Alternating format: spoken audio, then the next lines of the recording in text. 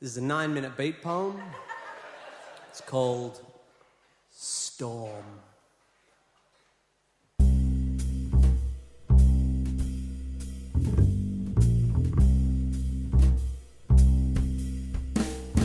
Inner North London, top floor flat, all white walls, white carpet, white cat, rice paper partitions, modern art and ambition. The host's a physician, bright bloke, has his own practice. His girlfriend's an actress, an old mate of ours from home, and they're always great fun, so to dinner we've come.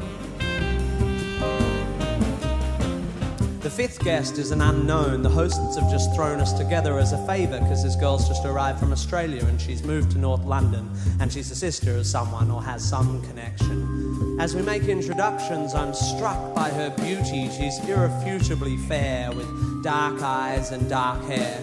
But as she sits, I admit I'm a little bit wary because I noticed the tip of the wing of a fairy tattooed on that popular area just above the derriere. And when she says, I'm Sagittarian, I confess a pigeonhole starts to form and is immediately filled with pigeon when she says her name is Storm.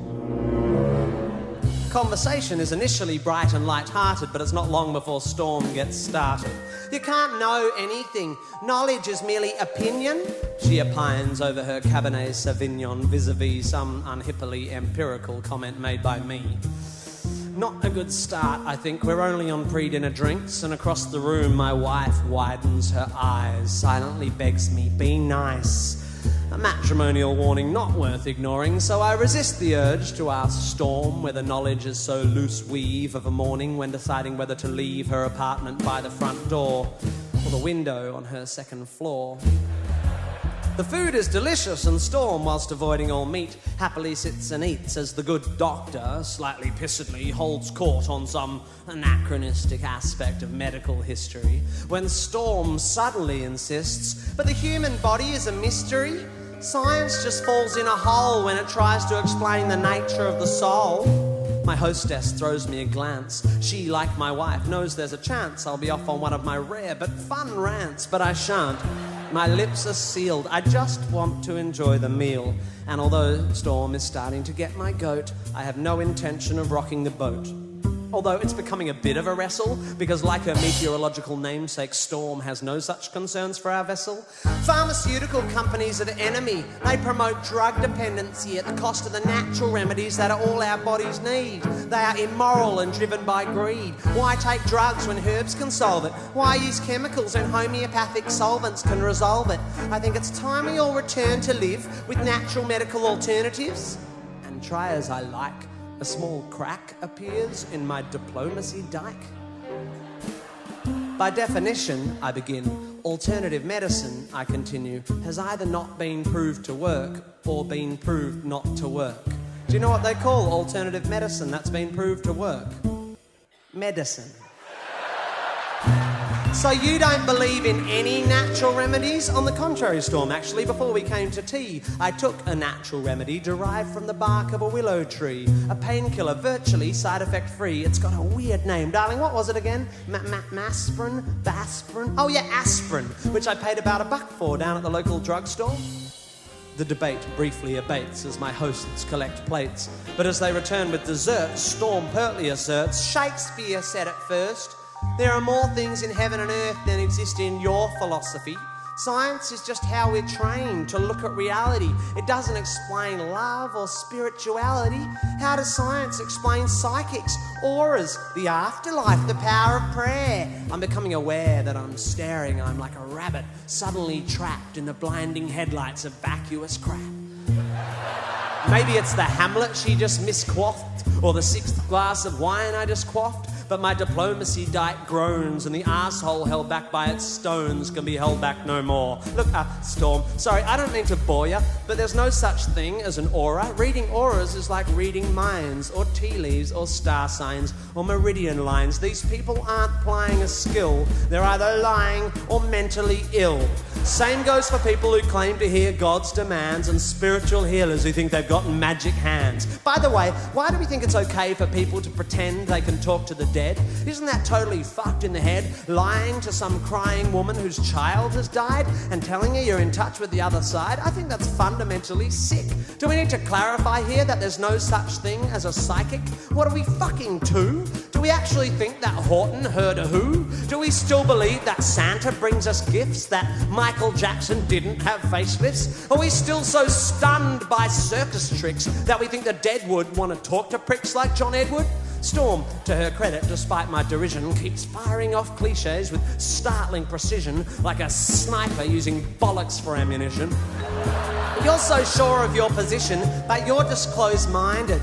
I think you'll find that your faith in science and tests is just as blind as the faith of any fundamentalist. Well, that's a good point. Let me think for a bit. Oh, wait, my mistake. That's absolute bullshit. Science adjusts its views based on what's observed. Faith is the denial of observation so that belief can be preserved. If you show me that, say, homeopathy works, then I will change my mind. I will spin on a fucking dime. I'll be as embarrassed as hell, but I will run through the streets yelling, "It's a miracle! Take physics and bin it! Water has memory, and whilst its memory of a long-lost drop of onion juice seems infinite, it somehow forgets all the poo it's had in it. You show me that it works and how it works, and when I've recovered from the shock, I will take a compass and carve fancy that on the side of my cock." Everyone's just staring now, but I'm pretty pissed and I've dug this far down, so I figure in for the penny, in for the pound.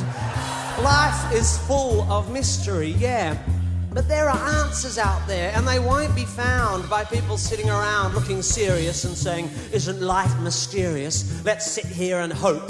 Let's call up the fucking Pope. Let's go watch Oprah interview Deepak Chopra."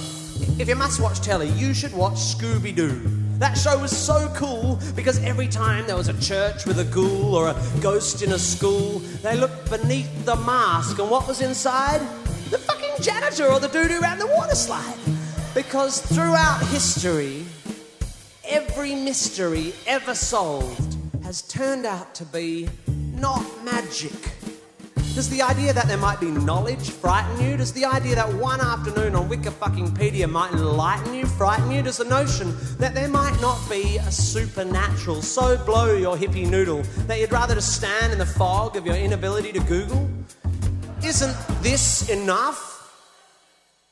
Just this world? Just this? Beautiful, complex, wonderfully unfathomable, natural world? How does it so fail to hold our attention that we have to diminish it with the invention of cheap man-made myths and monsters? If you're so into your Shakespeare, lend me your ear. To gild refined gold, to paint the lily, to throw perfume on the violet, it's just fucking silly. Or something like that. Or what about Satchmo? I'll see trees of green, red roses too, and fine. If you wish to glorify Krishna and Vishnu in a post-colonial, condescending, bottled up and labelled kind of way, then whatever, that's okay. But here's what gives me a hard-on. I am a tiny, insignificant, ignorant bit of carbon. I have one life, and it is short and unimportant. But thanks to recent scientific advances, I get to live twice as long as my great-great-great-great-uncles and aunts. Twice as long to live this life of mine. Twice as long to love this wife of mine. Twice as many years of friends and wine, of sharing curries and getting shitty at good-looking hippies with fairies on their spines and butterflies on their titties.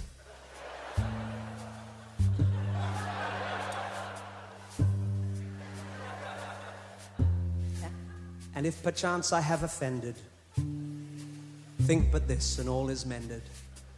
We'd as well be 10 minutes back in time for all the chance you'll change your mind.